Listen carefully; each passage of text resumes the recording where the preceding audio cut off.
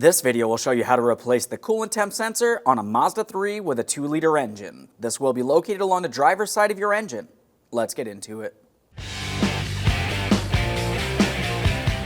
Okay friend, let's get started on our job. Locate the coolant temp sensor along the driver's side of your engine alongside of the battery. A quick note about doing this job, you never want to open the cooling system if your engine is hot. It will be under pressure and it can be dangerous. Our engine is cool to the touch, the vehicle has not been running, so let's continue on with removal of that coolant temp sensor. To gain access in this area, we'll remove our upper engine cover. Take hold, lift it straight up and away. Now that we have that cover off, we're going to dislodge this vacuum line that leads over towards the brake booster. Just go ahead and take hold of that. We want to give it a twist, separating it from this T-junction block. I'll use some pliers, just want to break it free. We'll slide it off.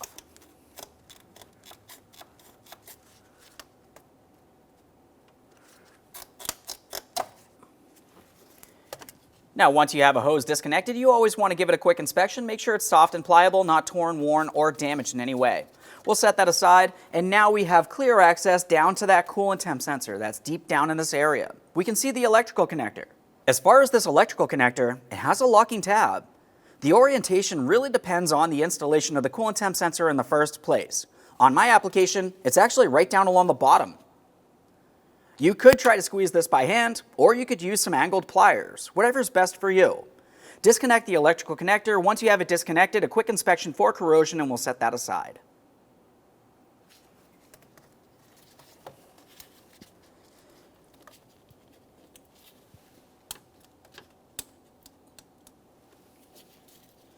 Go on that locking tab.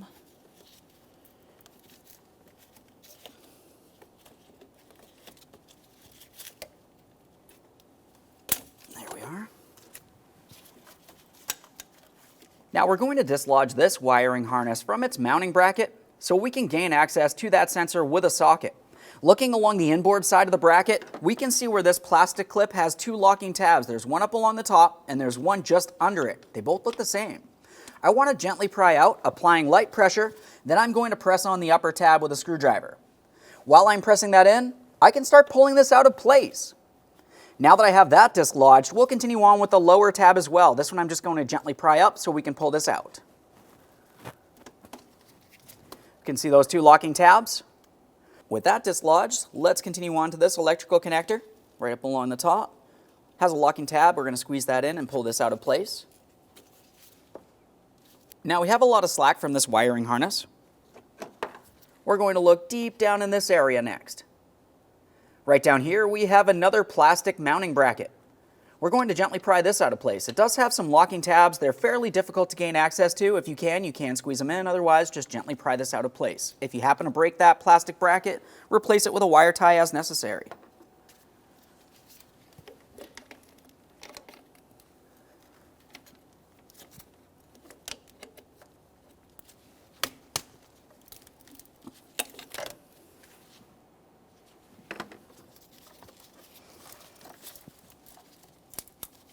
Now we have a clear view of that coolant temp sensor right out in the open.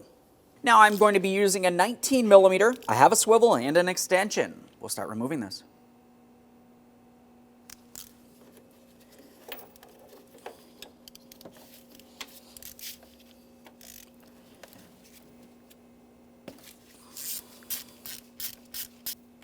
Okay, we've got a little bit of coolant making its way out of there. Let's grab that sensor. There it is, friend. Now let's look deep in this area where that coolant temp sensor was sitting. The coolant temp sensor should have a gasket. Make sure it's removed from the area. After removing that, we're also going to clean the mounting port. A quick wipe and a close inspection, confirming there's no miscellaneous debris. For this, I'm only using a clean rag. We're not using any type of solvent which might make its way into the system. Look at the threaded portion. I've installed my gasket, and we have thread sealant. Let's start this in by hand, and then we'll snug it up using our 19mm.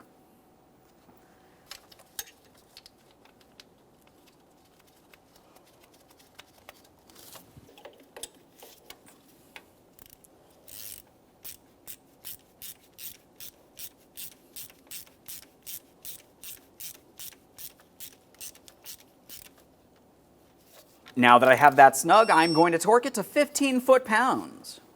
Once you have that sensor installed and torqued properly, you want to make sure you clean down the area. If you lost any coolant, rinse it down with some water as necessary. After a quick rinse, we'll just go ahead and use some compressed air.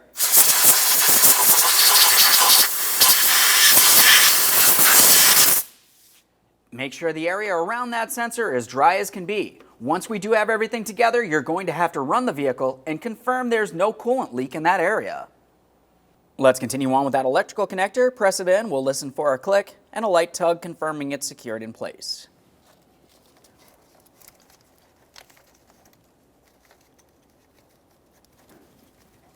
There we are. A little tug. That looks good. After you've secured that, we'll make our way to our next securing point right down along this area in here.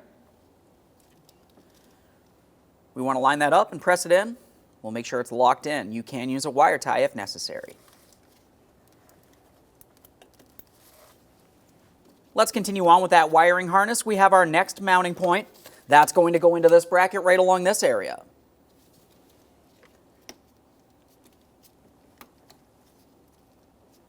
And our electrical connector up along the top.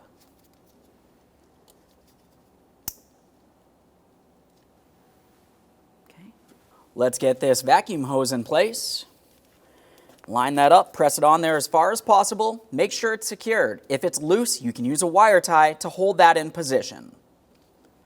Now it's time for our engine cover. We're going to rest this in the proper positioning so we have access to our oil cap and our engine oil dipstick. Once you feel as though you have it in position, press it into the fully locked position and then gently lift along each corner, confirming it's properly secured in place. Okay, friend, at this point we've finished the installation, but what we need to do next is top off the cooling system. Typically, when you do remove that sensor, you're going to lose a little bit of coolant and air might make its way into the cooling system. So you need to remove any air and top off the system. That can be done over at the radiator cap. As far as that's concerned, typically you can go ahead and start up the vehicle. You're going to let it run for a short amount of time. It doesn't need to get hot. We just need to circulate the coolant and then top off that coolant. Once it's topped off, make sure you reinstall your radiator cap, clean your mess, and take your vehicle for a road test. Thanks for watching. When only the best will do, demand TRQ. The only company that lets you view before you do. TRQ is committed to offering the highest quality aftermarket auto parts that are engineered for peace of mind. Thanks for using and viewing with TRQ.